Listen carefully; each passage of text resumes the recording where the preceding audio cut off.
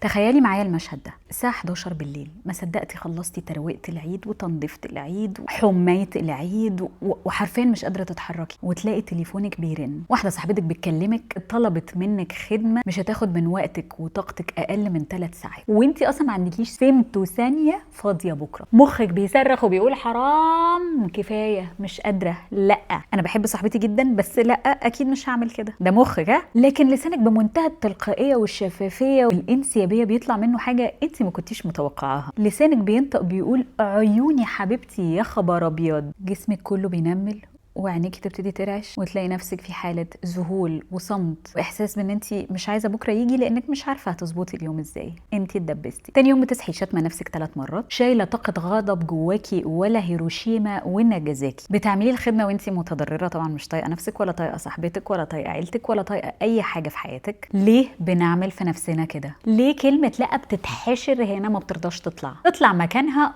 طبعا عينيا يا خبر ابيض مفيش مشكله عيوني أولا وهابي عيد، يا رب يكون عيد سعيد علينا جميعا وعيد مليان فرحة ومليان ضحك. النهاردة هنتكلم عن المرض الصامت اللي بيدمر بنات كتير، وهو متلازمة إرضاء الآخرين. أقولك ليه بتقولي أيوة وانتي بتغلي من جوه وهتموتي وتقولي لأ على حاجة، وأقولك إزاي تقولي لأ بشياكة من غير ما حد من اللي حواليكي يتقمص، من غير ولا ذرة ذنب واحدة. بعمل الفيديو ده وانا بشرب مشروب اسمه القديس يوحنا، والمشروب ده المفروض ان هو بيهدي الاعصاب، فاعملي مشروب كده يهدي اعصابك عشان اللي هقوله لك دلوقتي هيبقى تقيل عليكي شويه. خليني اواجهك بحقيقه ممكن توجعك، وانا لما عرفت الموضوع ده او لما قريت كتير في الموضوع ده فعلا الموضوع ده كان مضايقني ومعصبني وواجعني وكل حاجه، وهي ان انا لما بقول لحاجه وانا اصلا عايزه اقول لا، او بقول على حساب نفسي او على حساب راحتي، انت مش بتعملي كده بس عشان انت طيبه، ولا انا ولا انت ملاكه بجناحات فبنفضل كل اللي حوالينا وبنحطهم قبلينا.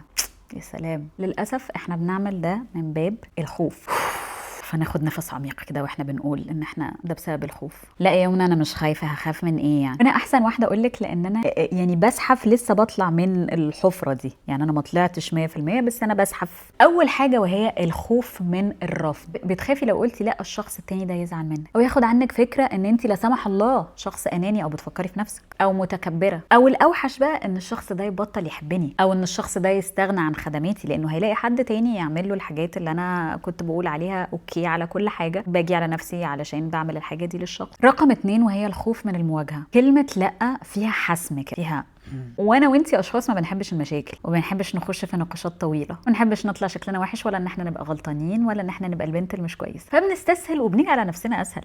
مش ده اسهل، اصل ده في ايدي ان انا اجي على نفسي، ده في ايدي معايا، انا اقدر اعمل ده بسهوله، متعوده ومتمرنه عليه طول حياتي، فعادي. احنا بنيجي على نفسنا علشان نشتري سلام وهمي مؤقت مش دائم. بس بيب انا عايزه اقول لك حاجه، لاننا بنشتري رضا الناس دي بتمن غالي قوي، من محفظتك النفسيه ومن جهازك العصبي، وبيصرخ في كل حته ان احنا في خطر، لانه لما انا ببقى عايزه اقول لا او بقول وانا مش قادره، ما عنديش طاقه او مشغوله، فخدت حاجه خلتني اتحمل اكتر بكتير قوي من طاقتي، انا جسمي بيصرخ، لانه نظامنا العصبي حرام بيتعامل كأن في اسد بيجري ورايا، مش ان انا قلت اوكي لصاحبتي على حاجه وانا متضايقه او مشغوله او كده، لا، هو بيتعامل ان احنا في اسد بيجري ورانا فاحنا في خطر، فجسمنا كله بيبقى سو تنس. ومع الوقت كمان الناس بتبدا تتعود على الشخصيه دي، بتتعود ان وقتك ومجهودك متاح مجانا، فمفيش حد هيحترم حدودك لو انت سايبه الباب بتاع حدودك ده مفتوح والناس تدوس رايح راجع عليها من غير ما انت بتقولي اي حاجه، او حتى هتعترضي. هيعرفوا منين اصلا ان انت بتعترضي؟ لا تكوني فاكره ان الناس هتيجي هي تقول لك لا على فكره انت جايه على نفسك زياده عشان اطلب منك الحاجات دي، شكلك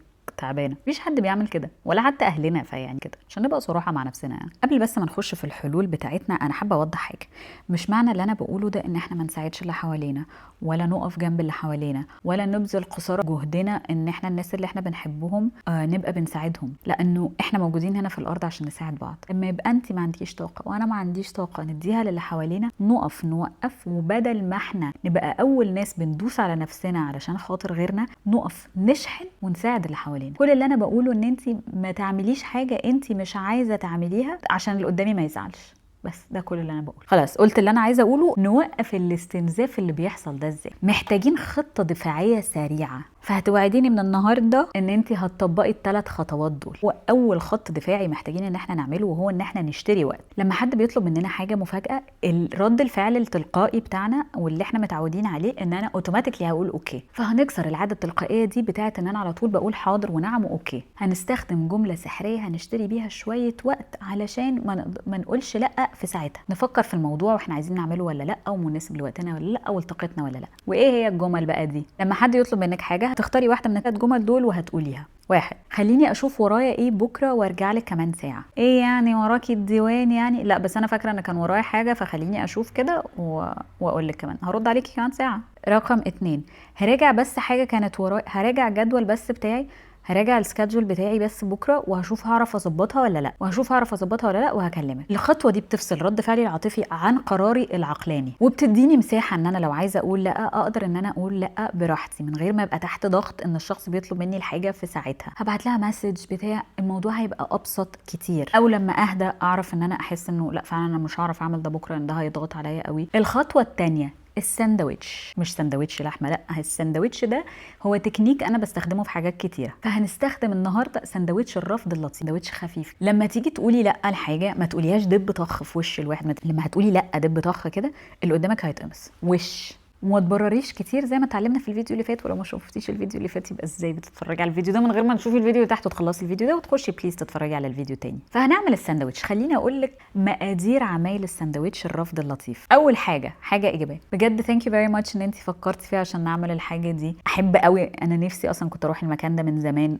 اي حاجه بوزيتيف، اي حاجه بوزيتيف او اي حاجه ايجابيه. 2. الحشو بقى، الرفض اللطيف من غير تبرير. بس للاسف مش هعرف اعمل الموضوع ده المره دي، بس للاسف مش هعرف اعمل الموضوع ده بكره، بس للاسف كان نفسي، بس للاسف عندي كوميتمنت تانية او عندي ارتباطات تانية محتاجه ان انا اعملها. الطبقه الاخيره وهو البديل او حاجه لطيفه كده ايه نروق بيها الجو. ان شاء الله نظبطها وقت تاني. لو ما عندكيش مانع ممكن نخليها بعد بكره. فلانه كان نفسها تعمل الحاجه دي، بتهيالي لو كلمتيها ممكن تبقى فيري انترستد انها تروح معاكي. خلصنا الساندوتش، لفيناه، اديناه لها، بون ابيتي. الجمل بتطلع بشكل لطيف من غير ما انت تكوني رفضتي الشخص اللي قدامك ولا حسستيه ان هو مش مهم في حياتك، لان هم كمان ممكن يحسوا بالرفض فبيحسوا ان الموضوع خفيف. اتس اوكي، اتس فاين. ممكن تتضايق شويه بس اتس فاين. يعني هي كانت لطيفه قوي، هي بتقولي انها مش هينفع تيجي. ما حدش يقدر يمسك عليكي حاجه. الخطوه الثالثه وهي اعرفي ان لا لغيرك هي نعم لنفسك. كل ما بتقولي حاضر لطلب انت مش عايزه تعمليه، انا باجي اخر واحده بعد ما كل الناس دي تبقى كويسه. فبتقولي لراحه بالك، بتقولي لنومك، بتقولي لراحتك، بتقولي لنظامك العصبي، بتقولي لكل الحاجات دي انتوا مش مهمين اصلا. الشخص ده هو اللي مهم في حياتك. محتاجه اول حاجه انك تعمليها ان انت ترتبي اولوياتك، تشوفي ايه اهم حاجه في حياتك، ايه اهم حاجات في حياتك، وايه اهم اشخاص في حياتك. بس الحاجات اللي في حياتك دي مهمه، وقتك، راحك، نومك، علاقتك باهلك، علاقتك بربنا، ان انت تلعبي رياضه، مذاكرتك، كل الحاجات دي مهمه في حياتك، اولويات. فرتبي اولوياتك ورتبي الاشخاص كمان باهميتهم في حياتك عشان تعرفي حتى لما هتضحي بحاجه الشخص ده من اهم الاشخاص في حياتك ولا لا. ما تضحيش بوقتك كده وخلاص. الوقت هو اغلى حاجه في حياتنا. وصدقيني عايزه اقول لك حاجه، الاشخاص اللي بتحبك بجد هتقبل عادي كلمه انا مش قادره بكره، تقبل كلمه لا، وهتقبل الرفض بصدر رحب، لان هم بيبقوا عارفين ان انت عمرك تقريبا ما بتقولي لا. فطالما قلتي لا يبقى انت فعلا مش قادره خالص. وهتلاقي الرد الفعل بتاعهم حاجه بالنسبه لك هتبقى مفاجاه، اللي هو ولا يهمك حبيبتي خلاص تتعوض، او انت كويسه، او طب محتاجه حاجه. بس دي الاشخاص اللي بتحبك. اما الاشخاص اللي هيزعلوا وهيقلبوا وشهم وهيتقمصوا قماصه بصاصه، ومش بس كده، لا دول هيحسسوكي كمان بالذنب. دول مش زعلانين عشان انتي قصرتي معاهم ولا هم عشان فعلا محتاجينك. دول زعلانين لان السيطره بتاعتهم عليكي مش موجوده. المصلحه اللي كانوا واخدينها منك ببلاش ما بقتش ببلاش انيمور، ما بقتش متاحه مباحه مجانا. حطينا خط كده وستوب، وقفت. والنوع ده بالذات من البني ادمين يعني خسارتهم مكسب. قولي لي في الكومنتس ايه اخر حاجه وافقتي عليها وانتي مغصوبه ومش قادره تعمليها وبتعيطي وانتي بتعمليها. نحن لا نزرع الشوك. انك اول حاجه اللي انتي عملتيها غصب عنك وندمتي ان انتي عملتيها بعد كده. وقولوا لي كمان مين الشخص اللي انتوا عايزين تقولوا له لا ومش عارفين. وابداوا طبقوا الخطوات دي من النهارده. اعملي لايك للفيديو ده لو حاسه ان هو اداكي الشجاعه ان انتي تقولي لا، لان الفيديوهات اللي جايه هتتكلم على كل الحاجات اللي بتدمرنا وكل الحاجات اللي بتبوظ طاقتنا وراحتنا وازاي ان احنا نتخطى ده. اشوفكم الفيديو الجاي وبطلي تقولي اوكي وانتي عايز تقولي لا. سلام.